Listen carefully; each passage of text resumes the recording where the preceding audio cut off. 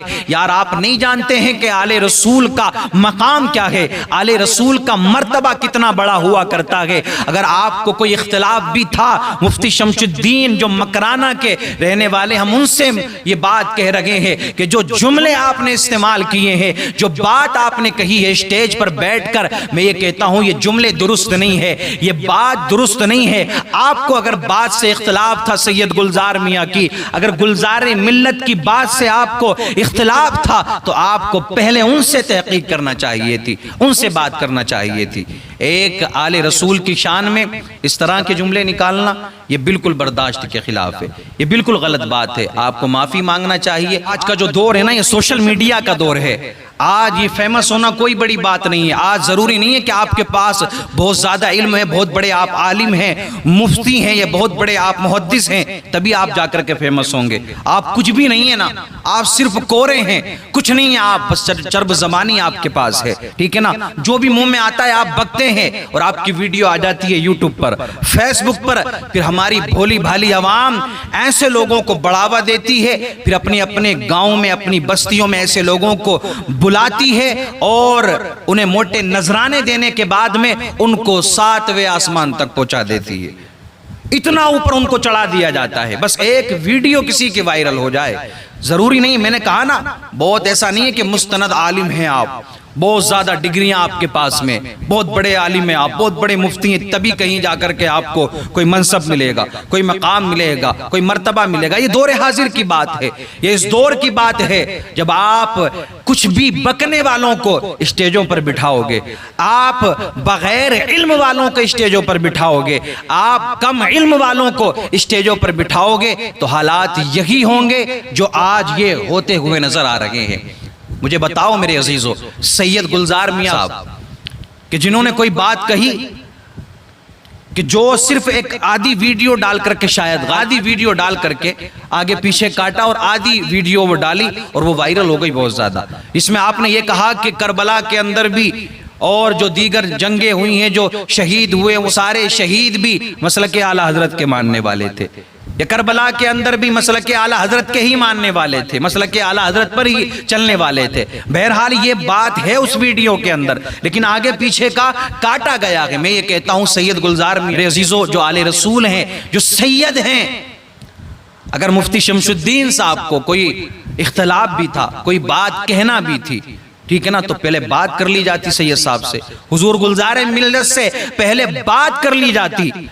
کال پر بات کر لیتے، یا زیادہ آپ کو پریشانی تھی تو جا کر کے مل لیتے کہ حضور آپ کے کہنے کا مقصد کیا تھا، آپ کیا کہنا چاہتے تھے، اس سے آپ کیا بتانا چاہتے تھے۔ یار یہ بھی تو ہو سکتا ہے کہ آپ یہ کہنا چاہتے ہو کہ ہاں آج جو مسلک اعلی حضرت کے ماننے والے ہیں، یا آج جو بریلی سے پیغام دیا جاتا ہے، جو درس دیا جاتا ہے، آج جو مسلک اعلی حضرت کے ماننے والے ہیں، یہ آج ہی نہیں بلکہ یہی سوچ رکھنے والے کربلا کے میدان میں بھی تھے، یہی تھنکنگ رکھنے والے دیگر جنگوں میں جو شہید ہوئے ہیں وہ شہداء اسلام بھی تھے۔ یہ کہنے کا مقصد ہو تو میرے عزیزو، کسی بھی بات کو، بس کسی بھی بات کو اٹھا لیا جاتا ہے، کاٹ دیا جاتا ہے، کیونکہ بڑے بڑے میرے عزیزو لوگ ایسے پڑے نا جو پیسوں کے لالچی ہیں، جو پیسوں کے چکر میں، چند ویوز کے چکر میں وہ یہ نہیں دیکھتے یار کہ کیسی ہستی ہے، کیا مرتبہ ہے، کیا مقام ہے ان کا، بس انہوں نے کاٹا، اٹھایا اور ڈال دیا۔ اب دیکھیں پھر گالیاں بکی جا رہی ہیں، اب دیکھیں پتہ نہیں کیا کیا کہا جا رہا ہے۔ یار آپ نہیں جانتے ہیں کہ آل رسول کا مقام کیا ہے، آل رسول کا مرتبہ کتنا بڑا ہوا کرتا ہے۔ اگر آپ کو کوئی اختلاف بھی تھا، مفتی شمس الدین جو مکرانہ کے رہنے والے، ہم ان سے یہ بات کہہ رہے ہیں کہ جو جملے آپ نے استعمال کیے ہیں، جو بات آپ نے کہی ہے اسٹیج پر بیٹھ کر، میں یہ کہتا ہوں یہ جملے درست نہیں ہے، یہ بات درست نہیں ہے۔ آپ کو اگر بات سے اختلاف تھا سید گلزار میاں کی، اگر گلزار ملت کی بات سے آپ کو اختلاف تھا، تو آپ کو پہلے ان سے تحقیق کرنا چاہیے تھی، ان سے بات کرنا چاہیے تھی۔ ایک آل رسول کی شان میں اس طرح کے جملے نکالنا یہ بالکل برداشت کے خلاف ہے، یہ بالکل غلط بات ہے۔ آپ کو معافی مانگنا چاہیے، اگر کوئی اختلاف ہے تو آپ جا کر کے بات کریں۔ تو یار میں یہی تو بتانا چاہتا ہوں کہ ہر کسی کو اپنے جلسوں میں نہ بلاؤ،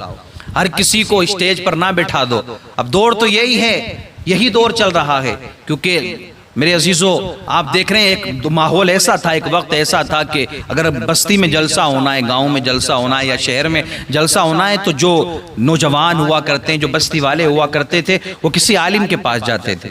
یہ بات حقیقت ہے کہ تقریر کرنا یہ سب کے بس کی بات نہیں ہے، یہ بھی ایک ہنر ہے، یہ سب کے بس کی بات نہیں ہے۔ بڑے بڑے علم رکھنے والے، بڑے بڑے عالم، ان کے پاس میں نہیں ہوتی ہے چرب زبانی، ٹھیک ہے نا، وہ اس طرح سے بیان نہیں کر سکتے جو لوگوں کو پسند ہے، یہ بات ہم مانتے ہیں۔ لیکن ایک دور ایسا تھا کہ اگر جلسے ہوا کرتے تھے تو لوگ علماء کے پاس جاتے، ان سے جا کر کے مشورہ لیتے کہ حضرت آپ بتائیں کس کو بلانا ہے، کون ایسا ہے جو بہترین عالم ہے، جو ہماری اصلاح کر سکے، جو قوم کو کچھ اچھا پیغام دے کر کے چلا جائے۔ ایک وقت ایسا تھا کہ شاعر کو بھی اگر بلانا ہے، نعت خواں کو اگر بلانا ہے تو کسی جانکار سے مشورہ لیا جاتا تھا، کسی اچھے سے مشورہ لیا جاتا تھا، کسی پہچان والے سے مشورہ لیا جاتا تھا، کیونکہ ایک عالم ہی عالم کو پہچان سکتا ہے، ایک عالم ہی عالم کی پہچان کر سکتا ہے۔ لیکن آج کیا دور ہے، آج یہ عوام، ہماری بھولی بھالی عوام کسی سے کچھ نہیں پوچھ رہی ہے، نہ کسی عالم سے ان کا کوئی رابطہ ہے، نہ کسی مولوی سے ان کا کوئی رابطہ ہے۔ بس انہوں نے یوٹیوب نکالا، وہاں سرچ کیا کہ کون اچھا تیز تیز بول رہا ہے، کون فراٹے دار بول رہا ہے، کون کس طرح سے لہرا رہا ہے، ان ساری باتوں کو دیکھا، نمبر سب کے ہیں ویڈیو کے نیچے، نمبر لگایا اور تاریخ لے لی۔ اب یہ نہیں دیکھا کہ وہ شخص اسٹیج پر بیٹھنے کے لائق ہے کہ نہیں ہے، ممبر پر بیٹھنے کے لائق ہے کہ نہیں ہے، کچھ نہیں دیکھا، بس اٹھایا اور لا کر کے بٹھا دیا، کیونکہ ویڈیو وائرل ہو چکی ہے حضرت کی ویڈیو بہت ساری وائرل ہیں۔ ویڈیو وائرل تو اور لوگوں کی بھی ہوا کرتی،